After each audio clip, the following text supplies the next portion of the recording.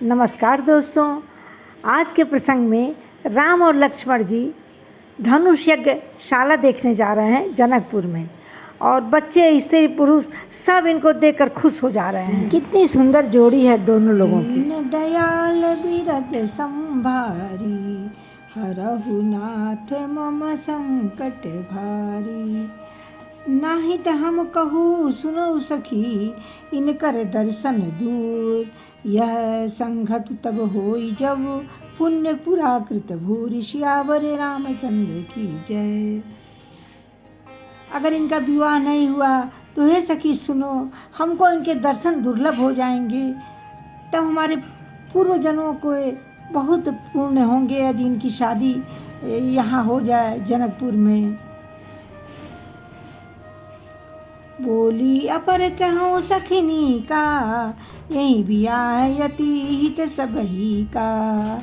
को कह शंकर चाप कठोरा, ये श्यामल मृदु गात किशोरा। दूसरी सखी कहती है कि तुमने तो बहुत अच्छा कहा है, इस विवाह से सभी का परम हित होगा। किसी ने कहा शंकर जी का धनुष कठोर है और ये कोमल राजकुमार कैसे ये तोड़ पाएंगे, धनुष कैसे उठा पाएंगे। सब असमंजस आई सयानी, यह सुनिया पर कहीं मृदुबानी।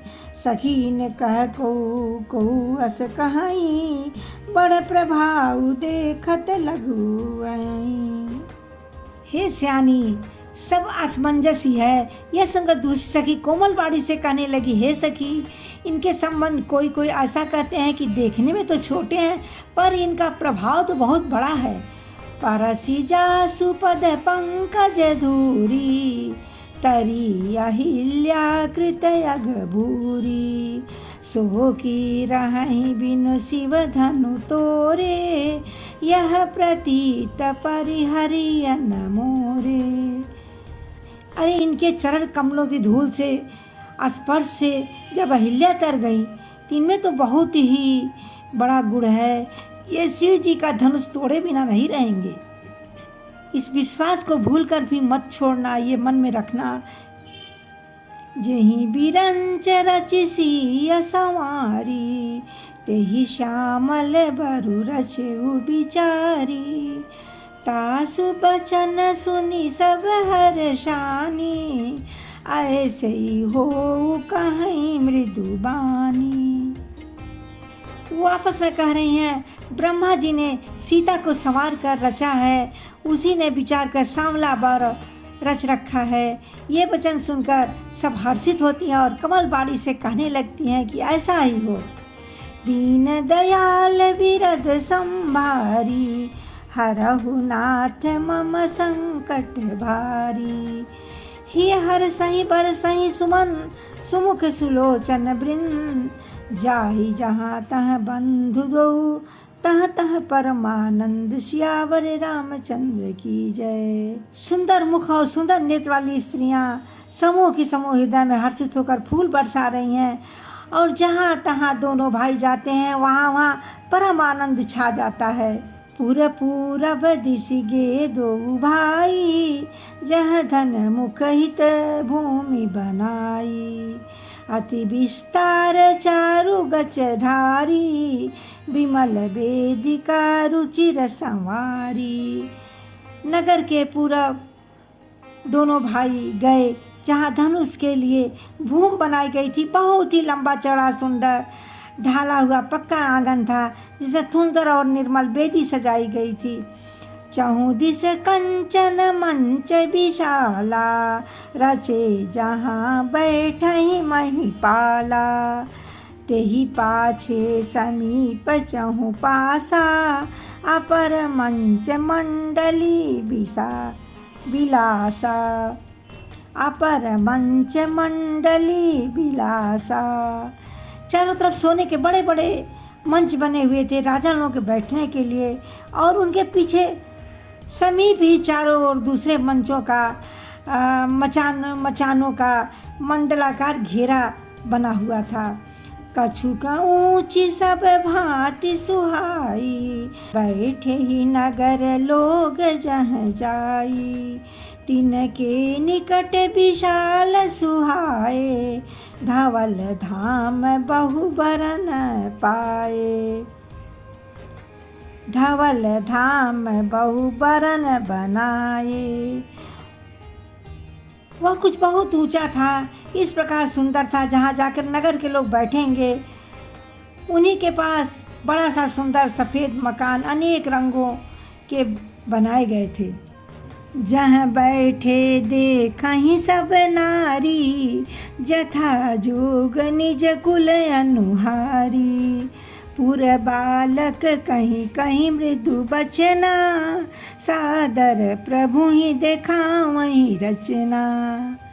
जिनको जहाँ बैठना था अपने अपने कुल के अनुसार उचित जगह पर वहाँ सभी लोग बैठकर देखेंगे, इस हिसाब से बना हुआ था। नगर के बालक कोमल वचन कह करके आदरपूर्वक भगवान रामचंद्र जी को यज्ञशाला की रचना दिखा रहे थे। दीन दयाल बिरध संभारी, हरहु नाथ मम संकट भारी। सब शिशु यही मिसे प्रेम बस, परसि मनोहर गात। तन पुल कहीं अति हरसु ही, देखी देखी दो भ्रात सियावर रामचंद्र की जय। नगर के बालक इसी बहाने प्रेम के बस होकर रामचंद्र जी के मनोहर अंगों को छूकर शरीर से पुलकित भी होते हैं, और दोनों भाइयों को देख देख कर उनके हृदय में बहुत ही खुशी हो रही है। शिशु सब राम प्रेम बस जाने, प्रीत समेत निकेत बखाने।